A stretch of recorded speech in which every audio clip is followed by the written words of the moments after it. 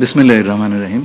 আজ বিএনপির ভারপ্রাপ্ত চেয়ারপারসন জনাব তারেক রহমান লন্ডনে সফররত প্রধান উপদেষ্টা প্রফেসর ডক্টর মোহাম্মদ ইউনূসের সাথে সাক্ষাৎ করেন। অত্যন্ত সৌহার্দ্যমূলক পরিবেশে তাদের বৈঠক অনুষ্ঠিত হয়।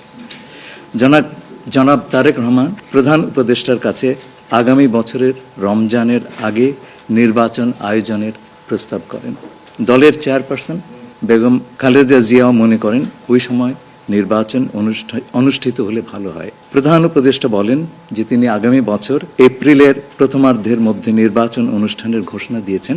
সকল প্রস্তুতি সম্পন্ন করা গেলে 2026 সালের রমজান শুরু হওয়ার আগের সপ্তাহেও নির্বাচন আয়োজন করা যেতে পারে। সেক্ষেত্রে সেই সময়ের মধ্যে সংস্কার ও বিচারের বিষয়ে পর্যাপ্ত অগ্রগতি অর্জন করা প্রয়োজন হবে। জনাব তারেক রহমান প্রধান উপদেষ্টার এই অবস্থানকে স্বাগত জানান এবং দলের পক্ষ থেকে তাকে ধন্যবাদ জ্ঞাপন করেন। প্রধান উপদেষ্টাও জনাব তারেক রহমানকে ফলপ্রসূ আলোচনার জন্য ধন্যবাদ জানান।